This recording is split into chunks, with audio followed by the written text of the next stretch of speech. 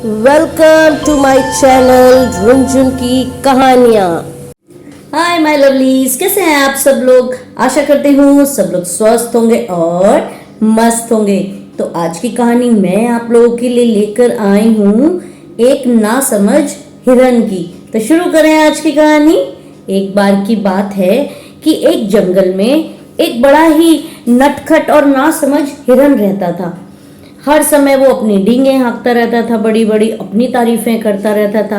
एक दिन वो कभी इधर फुदकता था, कभी दूसरी तरफ दौड़ता था, कभी एक तरफ दौड़ता था फुदक फुदक के, कभी दूसरी तरफ दौड़ता था। अभी उसे एक खरगोश देख लेता है। खरगोश उसके पास आता है तो खरगोश उसको बोलता है, हिरन भाई, तुम इतना तेज तेज इधर उधर आगे पीछे क्यों भाग रहे हो और कूद रहे हो? तुम कहीं ऐसी परेशानी में मत पड़ जाना। अरे मुझे कोई परेशानी नहीं होती, मैं तो ऐसे ही करूंगा। लगता है तुम्हें समझाना मूर्खता होगी। मैं तो चला अपने घर की तरफ। और कह के खरगोश चला जाता है और हिरन ऐसे ही कूदता रहता है और तेज दौड़ने लगता है। अब कूदने में और तेज दौड़ने में उसे सामने एक बहुत बड़ा गड्ढा होता है, वो नजर नहीं आता और वो उस गड्ढे में गिर जाता है। अब जब गड्ढे में गिर जाता है तो वो बहुत डर जाता है और जोर जोर से चिल्लाने लगता है, बचाओ बचाओ, कोई मुझे बचाओ बचाओ, इस गरीब की बात सुन लो, कोई बचाओ बचाओ। तभी वहां से एक बंदर आता है। बंदर कहता है कि आवाज तो आ रही है कहीं से बचाओ बचाओ की, पर समझ नहीं आ रहा।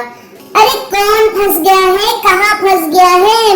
मुझे समझ नहीं आ रहा कि कहाँ से बचाओ बचाओ की आवाज आ रही है। जरा इशारा तो दो।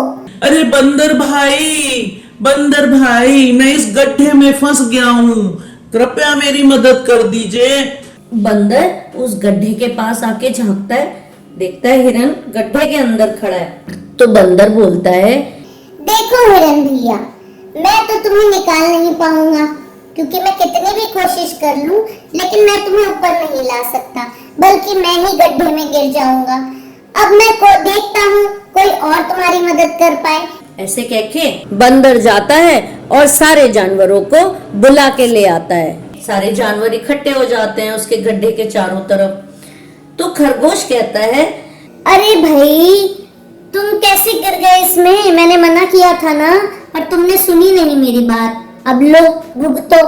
अब खरगोश भाई, मुझे अपनी गलती का एहसास है, अब तुम बस मुझे उस गड्ढे से बाहर निकालो। देखो भैया, हम तो तुम्हें निकाल नहीं पाएंगे सब मिलके। हाँ, अगर तुमने जल्दी कोशिश नहीं करी इस गड्ढे से अपने आप निकलने की, तो शेर जरूर आके तुम्हें चट कर जाएगा। तो हिरन बहुत डर जाता है और वो सोचता है, क्या करूं, अगर मैं यहाँ से नहीं निकला तो मुझे शेर खा जाएगा। वो पूरी ताकत लगाता है और जोर से छलांग मारता है और गड्ढे से बाहर आ जाता है और क्या बोलता है, देखा, ये तो मेरा अंदाज है, मैं तो ऐसे ही एक छलांग में बाहर आ जाता हूँ। तो उन जानवरों के साथ एक सियार भी खड़ा होता है। तो सियार बोलता है, अरे हिरन भैया, तुम्हें जब मना करा था खरगोश ने, तो तुम आए क्यों इस गड्ढे के पास और गिर कैसे गए?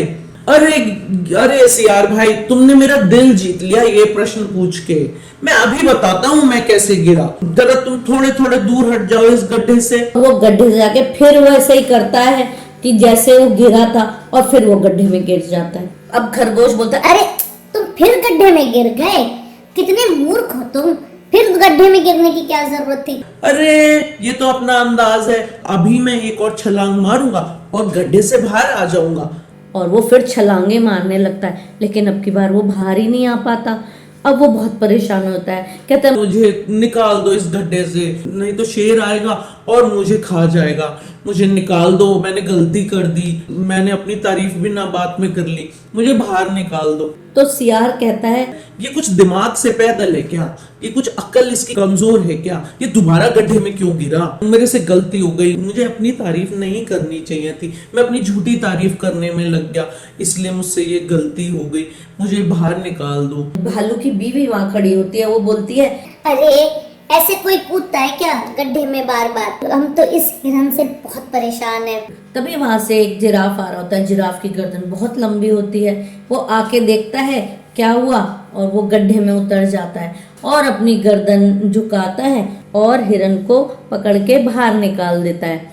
और कहता है आगे से अपनी झूठी तारीफें करने की वजह से ऐसी मूर्खता मत करना, नहीं तो तब क्या पता कोई मदद के लिए तुम्हारे ना आए और तुम शेर का शिकार बन जाओ। तो इस कहानी से हमें क्या सीखने के लिए मिला? इस कहानी से हमें ये सीखने के लिए मिला कि हमें अपनी झूठी तारीफें नहीं करनी चाहिए। आशा करती हूँ आपको मेरी आज की कहानी पसंद आई होगी। अगर पसंद आई है तो प्लीज मेरे चैनल को सब्सक्राइब करें, लाइक करें, बेल आइकन प्रेस करें और शेयर करें। Bye bye, take care.